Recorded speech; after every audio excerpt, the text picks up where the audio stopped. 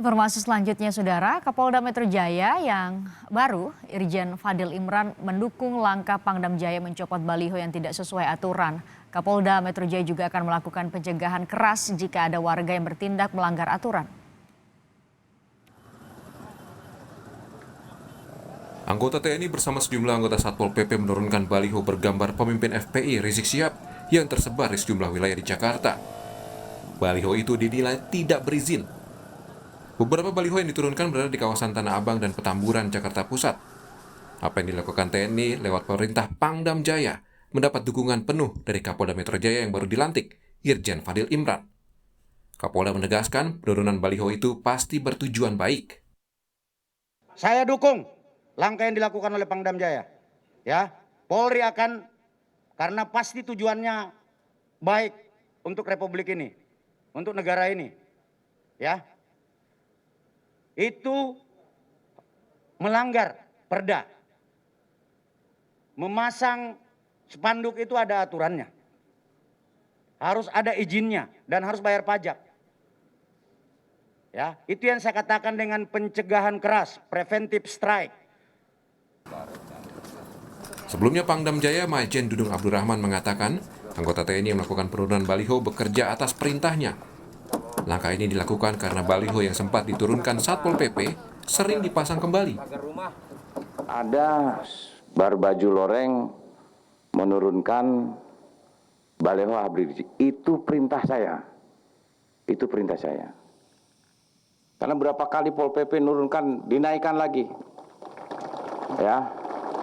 Perintah saya itu. Begini, ya. Kalau siapapun di Republik ini, siapapun, ini negara-negara hukum. Ini negara-negara hukum. Harus taat kepada hukum. Selain penurunan baliho, polisi terus mendalami dugaan pidana kerumunan massa di acara Maulid Nabi dan pernikahan Putri Rizik Syihab.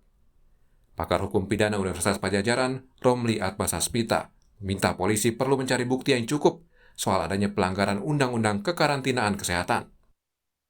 Yang penting bahwa orang itu melanggar larangan, melanggar kewajiban yang diperintah berdasarkan pasal 9 ayat 1 dan ayat 2 Undang-Undang Nomor 6 2018. Nah, pertanyaannya sekarang harus dicari bukti permulaan yang cukup oleh polisi bahwa ada masalah di sana, bahwa ada pelanggaran terhadap kewajiban. Itu yang harus dilihat. Polisi hingga saat ini masih mengumpulkan keterangan dari pihak terkait untuk menentukan ada tidaknya pidana di acara FPI. Tim Liputan, Kompas TV. Sementara penasihat hukum FPI Aziz Yanuar meminta pemerintah bersikap adil dalam menegakkan aturan protokol kesehatan dan pencopotan baliho Rizik Syihab. FPI meminta yang menggelar kerumunan di daerah juga diproses hukum sama seperti yang telah dialami oleh FPI. Kebijakan politik negara saat ini melalui tanda-tanda yang dijalankan oleh TNI adalah salah satunya yang penting mungkin ya, baliho dan FPI. Artinya kebijakan politik negara ini sangat aneh ketika hanya men-stressing pada baliho dan FPI gitu, yang berkerumun dan berkumpul tidak menjaga jarak, kemudian mengabaikan protokol kesehatan, disanksi dan didenda di daerah-daerah sebagaimana FPI telah disanksi.